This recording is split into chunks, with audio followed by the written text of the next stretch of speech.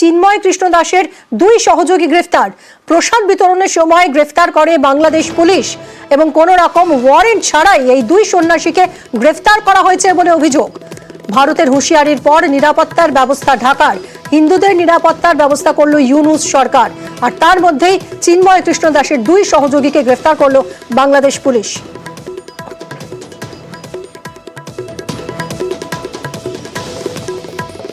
বাংলাদেশে সংখ্যালঘুদের উপর হামলা, এই নিয়ে ঢাকাকে কড়া বার্তা নয়াদিল্লির।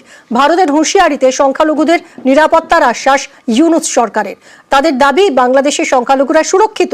নিউজ 18 বাংলার এক্সক্লুসিভ রিপোর্ট। সোমবার বাংলাদেশে গ্রেফতার করা হয় ইসকনের সন্ন্যাসী চিন্ময় কৃষ্ণ দাসকে। এরপর থেকে সে দেশে হাওয়া গরম। বাংলাদেশের একাধিক জায়গায় সংখ্যালঘুদের উপর হামলার অভিযোগ উঠেছে। এ নিয়ে ঢাকাকে কড়া হুঁশিয়ারি দিয়েছে নয়াদিল্লি। তারপরেই সংখ্যালঘুদের নিরাপত্তার আশ্বাস মোহাম্মদ ইউনূসের অন্তর্বর্তী সরকারের। Communal harmony has been preserved. Obviously, there were some attacks after Hasina was ousted and there were no government. So what we did when we took over, this interim government took over, we tried our best. We put up our maximum efforts to maintain religious harmony. বৃহস্পতির পরে শুক্রবারও সংসদে ওঠে বাংলাদেশের প্রসঙ্গ। লোকসভায় বিদেশমন্ত্রী জয়শঙ্কর বিবৃতি দিয়েছেন। তাতে ফের বাংলাদেশকে কড়া বার্তা। বিদেশমন্ত্রীর বিবৃতিতে বলা হয়েছে, গত আগস্ট থেকে বাংলাদেশ জুড়ে সংখ্যালঘুদের উপর অত্যাচার হচ্ছে, বাড়ি এবং ধর্মস্থানে হামলা হয়েছে। এ নিয়ে বাংলাদেশ সরকারের কাছে ভারত উদ্বেগ প্রকাশ করেছে। দুর্গাপুজোর সময় বিভিন্ন জায়গায় সংখ্যালঘুদের নিরাপত্তায় আর্মি এবং বাংলাদেশ বর্ডার গার্ড মোতায়েন করে। বাংলাদেশের সংখ্যালঘুদের উপরে নজর রাখছে ঢাকায় অবস্থিত ভারতের হাই কমিশন। সংখ্যালঘু সহ সে দেশের সবার নিরাপত্তার প্রাথমিক দায়িত্ব সেখানকার সরকারের। When we took over, this interim government took over, we tried our best. We put up our maximum efforts to maintain religious harmony, and that's why, like you have seen, Professor Yunus has visited the oldest temple, Hindu temple, and oldest and most sacred Hindu temple twice.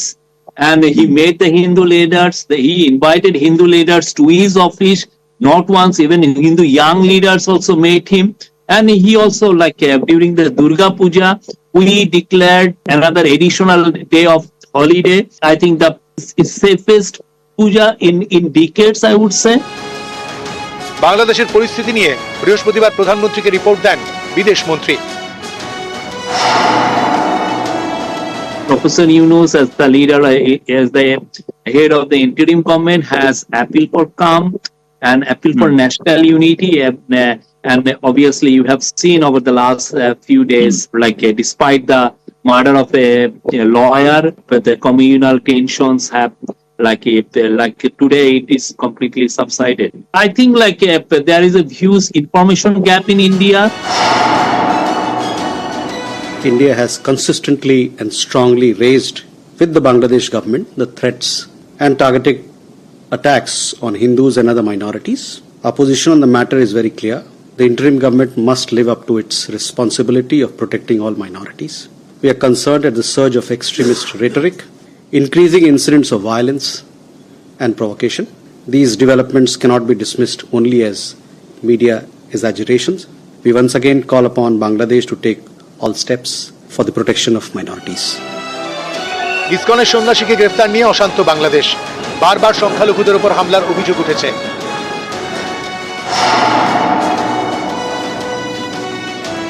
ইসকনের সন্ন্যাসী চিন্ময় দাসকে গ্রেফতার করার পরে এবার তাঁর account freeze করে দেওয়া হলো। বাংলাদেশ ইসকনের সঙ্গে যুক্ত 17টি অ্যাকাউন্ট ফ্রিজ করা হয়েছে। চিন্ময় দাসের অ্যাকাউন্টও ফ্রিজ করা হয়েছে। We see ISKCON as a globally well-regarded organization with a strong record of social service. As far as the question of the arrest of Sri Chinmoy Das is concerned, we had made a statement on that, and it is our expectation that cases against individuals, as far as they are concerned, these legal processes are underway, and we hope and we expect that these processes will be dealt in a fair, just and transparent manner. Law is taking its own course. You have to have faith in our legal system. We'll make sure that he gets a fair investigations, and if there is no charges, like if the charges against him were found, if no evidence is found, obviously he will get, the law will take its own course. But we were quite surprised the way India has issued this kind of statement. This is quite surprising. News 18 Bangla.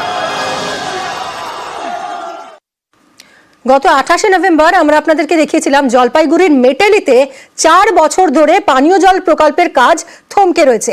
Pump হাউসের কাজ থমকে রয়েছে, pipe বসানোর কাজ শুরু হলেও তা কোনো এক অজ্ঞাত কারণে থেমে যায়, সেই কাজ আর এগোয়নি। সেই খবর আমরা 28শে নভেম্বর সম্প্রচার করি এবং সেই খবর দেখানোর পরই মেটালিতে সেই বন্ধ পানীয় জল প্রকল্পের কাজ শুরু হয়। 4 বছর ধরে থমকে থাকা প্রকল্পের কাজ পরিদর্শনে যান আধিকারিকরা। পরিদর্শনের পর শুরু হয় জল প্রকল্পের কাজ। কথা বলবো রকি আমাদের প্রতিনিধির সঙ্গে।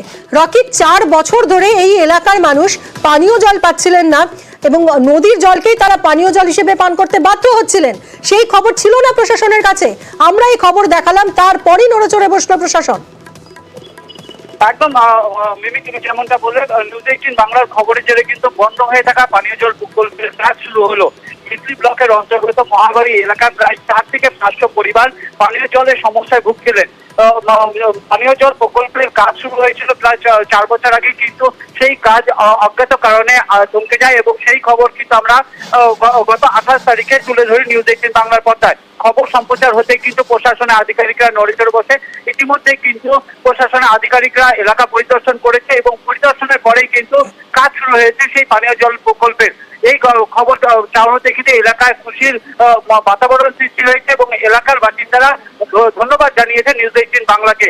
কারণ 4 বছর ধরে যে পানীয় জল প্রকল্পের কাজ আটকে ছিল তা খবরের জেরে শুরু হয়।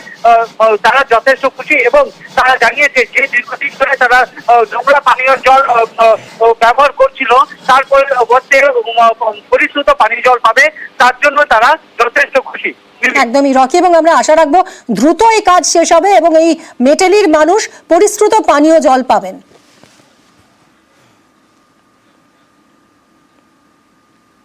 পানিহাটিতে বেআইনি পোল্ট্রি ফার্ম ঘিরে বিক্ষোভ। জনবসতিপূর্ণ এলাকায় এই পোল্ট্রি ফার্ম হওয়ায় নাজেহাল হচ্ছেন এলাকার মানুষ। পোল্ট্রির দুর্গন্ধে নাজেহাল স্থানীয় বাসিন্দারা। সুবীর আমাদের প্রতিনিধির সঙ্গে কথা বলবো। সুবীর, কি অভিযোগ করছেন এলাকার বাসিন্দারা? দেখো, পানিহাটি পৌরসভার 31 নম্বর ওয়ার্ড এলাকা, এখানে কিন্তু বেআইনি ভাবে জনবসতিপূর্ণ যে এলাকা, সেখানে কিন্তু এই পোল্ট্রি ফার্ম তৈরি হয়েছিল এবং সেই জায়গা থেকে পোল্ট্রি ফার্মের যে দুর্গন্ধ, অস্বাস্থ্যকর পরিবেশ তৈরি হচ্ছে এলাকাতে এবং বারংবার এলাকার বাসিন্দা যারা রয়েছেন তারা কিন্তু পানিহাটি পৌরসভা থেকে শুরু করে স্থানীয় কাউন্সিলর প্রত্যেকে লিখিতভাবে কিন্তু জানিয়েছেন, কিন্তু তাতে কোনো ফল হয়নি। এরপরেই কিন্তু এই যে পোল্ট্রি ফার্ম, তাকে ঘিরে কিন্তু বিক্ষোভ দেখা এলাকার মানুষজন এবং তাদের একটাই দাবি, এই পোল্ট্রি ফার্ম এই জনবসতিপূর্ণ এলাকাতে কোনোভাবে রাখা যাবে না এবং এটাকে অবিলম্বে বন্ধ করতে হবে। এবং বিক্ষোভের জেরে কিন্তু পোল্ট্রি ফার্মের যিনি মালিক আছেন তিনি কিন্তু পোল্ট্রি ফার্ম বন্ধ করে দিয়েছেন এবং খবর পেয়ে ঘটনাস্থলে আছে ঘোড়া থানার পুলিশ এসে কিন্তু এই পোল্ট্রি ফার্ম পুরোপুরি বন্ধ করে দিয়েছেন এবং আগামী দিনে যাতে পোল্ট্রি ফার্ম এখানে না করা হয় সেদিকেও কিন্তু ব্যবস্থা নেবেন, এমনটা জানিয়েছেন পানিহাটি পৌরসভার পৌরপ্রধান মলয় রায়। ধন্যবাদ সুবীর। দুর্গন্ধে আমরা এই এলাকার লোক সব মানে মৃত্যুর মুখে চলে যাচ্ছি। প্রত্যেকে বয়স্ক লোক, আমরা শ্বাসকষ্টে ভুগছি দিনের পর দিন। আমরা চাই এই পোল্ট্রি যেন কোনোভাবে এখানে পুনরায় না আবার করতে পারে। যাতায়াতের রাস্তা সবসময় ব্লক থাকছে, বেরোতে পারছি না, 2-4টে ভ্যান, 2-4টে গাড়ি। তারপর তো একটা পিছনে ঘর করেছে একটা আড্ডার জায়গাটা, সেখানে মদের ফোয়ারা বসে। আমরা এখন চাইছি পোল্ট্রিটা উনি না করে যাতে উনি একটা ভালো ভদ্রচিত ব্যবসা করুক, আমরা যাতে এখানে একটু ভালোভাবে সুরক্ষিত বাঁচতে পারি। এটা কিন্তু বেআইনি কাজ। মানুষের যে বক্তব্য আসছে সেই বক্তব্যের সঙ্গে আমরাও একমত। এভাবে বেআইনি পোল্ট্রি করা যায় না, এখানে অস্বাস্থ্যকর পরিবেশ তৈরি হতে যাচ্ছে, এটাকে বন্ধ করতে হবে। সিজিনবল নামক একজন মুরগি ব্যবসায়ী এসে ঘুরে বেড়াচ্ছে, আমরা তাকে খবর পাঠাচ্ছি। আশা করছি পুলিশ প্রশাসন পদক্ষেপ নেবে, পৌরসভাও তার বিপক্ষে মানুষের সঙ্গে আছে এবং এটা বন্ধ করার জন্য যা যা পদক্ষেপ নেওয়ার পৌরসভা সেটা।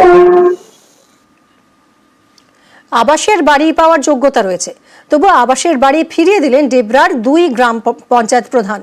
বাড়ি ফেরালেন ডেবরা ব্লকের 1 নম্বর গ্রাম পঞ্চায়েতের প্রধান পূর্ণিমা ভূঁইয়া।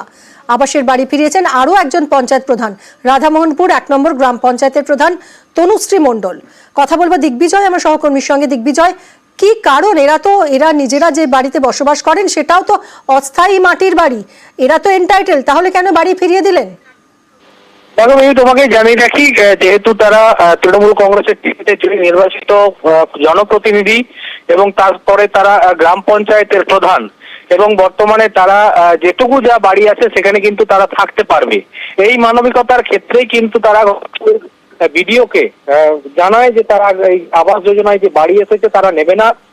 ডেবরা 1 গ্রাম পঞ্চায়েতের যে প্রধান রয়েছে পূর্ণিমা ভূঁইয়া এবং রাধামোহনপুর 1 গ্রাম পঞ্চায়েতের তনুশ্রী মণ্ডল, এই দুজনেই কিন্তু এদের নামে আবাস যোজনায় বাড়ি এসেছিল এবং তারা বিডিওকে জানিয়ে দিয়েছে যে তারা বাড়ি নেবে না, কারণ তারা জনপ্রতিনিধি। তারা বাড়ি ফেরত দেওয়ার পাশাপাশি বার্তা দিচ্ছে যে যাদের ছাদ নেই, যারা থাকতে পায় না, তাদের যারা প্রাপক, যারা প্রকৃত প্রাপক, তারা যাতে বাড়িটা পায় সেই জন্যই কিন্তু তাদের এই উদ্যোগ। এবং এই উদ্যোগকে পঞ্চায়েত সমিতির সভাপতি থেকে বিডিও সবাই সাধুবাদ জানিয়েছে এবং এখান থেকে তারা বার্তা দিচ্ছে যেখানে আবাস যোজনা নিয়ে এত সমস্যা হচ্ছে, বিক্ষোভ হচ্ছে, কোথাও দল বা সরকারের একটা ভাবমূর্তি ভালো রাখার চেষ্টা করছে এই দুই প্রধান। একদমই তাই দিগ্বিজয়, মাঝে মাঝে এইরকম বেশ কিছু উদাহরণ আমাদের সামনে উঠে আসে, যেরকম এক্ষেত্রে দেখা যাচ্ছে ডেবরা ব্লকের 1 নম্বর গ্রাম পঞ্চায়েত প্রধান পূর্ণিমা ভূঁইয়া এবং রাধামোহনপুরের গ্রাম পঞ্চায়েত প্রধান তনুশ্রী মণ্ডল, তারা দুজনেই আবাসের বাড়ি পাওয়ার জন্য যোগ্য, কিন্তু তবু তারা সেই বাড়ি ফিরিয়ে দিচ্ছেন, কারণ তারা মনে করছেন আরও গরিব, যাদের মাথার উপর একটুও ছাদ নেই, সেই রকম কোনো পরিবার যাতে আবাসের বাড়ি পান। এবং এই দুই প্রধান কি বলছেন আমরা শুনবো। আমার মাথা গোঁজার মতো তো একটা জায়গা আছে, কিন্তু অনেক গরিব মানুষ আছে যাদের মাথা গোঁজার মতো ঠাঁই নেই, কিন্তু সেই তাদের যে কষ্ট, সেই কষ্টটা আমার চোখে ভালো মতন ধরা পড়েছে। সেই কষ্টের জন্য আমি নিজে থেকে আমার বাড়ি নেওয়াটা বাতিল করেছি। আমি যেহেতু এই চেয়ারে রয়েছি, সেহেতু মানুষও আমার প্রতি একটা আশা করে, কিন্তু তবুও যদি আমার তরফ থেকে যদি কারো ভালো হয় আমি নিশ্চয়ই চেষ্টা করব। যারা পাওয়ার প্রকৃত যোগ্য তারাই পাবে, এইটুকুনি আমি চাই। আবাস প্লাসে যে সার্ভে হচ্ছে, এখানে আমার স্বামীর নাম আছে, যে আমার চেয়েও বহু গরিব ফ্যামিলি আছে যারা মাথার উপরে ছাদ নেই। আমি চাই মাননীয় মুখ্যমন্ত্রী সেই তাদের মাথার উপরে ছাদটা যেন থাকে, সেই চেষ্টা করুক। তাই আমি স্বেচ্ছায় আমার বাড়ির নামটা ফেরত দিচ্ছি। দুই প্রধানের এই কাজকে সাধুবাদ জানিয়েছেন ডেবরার পঞ্চায়েত সমিতির সভাপতি, প্রশংসা করেছেন বিডিও। আমরা সমস্ত জনপ্রতিনিধি এবং মানুষকে আমরা বার্তা দিয়েছি, যাদের আবাস দরকার নেই বা গভর্নমেন্টের গাইডলাইনের সঙ্গে, গভর্নমেন্টের ক্রাইটেরিয়ার সঙ্গে সামঞ্জস্য যাদের ঘর আছে, তারাই কেবলমাত্র নেবে, বাকি যেন গভর্নমেন্টকে সেটা ফিরিয়ে দেওয়া হয়। আমাদের 5-এর 1-এর সম্মানীয় প্রধান পূর্ণিমা ভূঁইয়া তিনি বাড়ি ফিরিয়ে দিয়েছেন এবং 11-র 1-এ তনুশ্রী দাস মণ্ডল প্রধান তিনিও বাড়ি ফিরিয়ে দিয়েছেন। পঞ্চায়েত সমিতির পক্ষ থেকে, সরকারের পক্ষ থেকে ওনাদের দুজনকে অশেষ অশেষ ধন্যবাদ।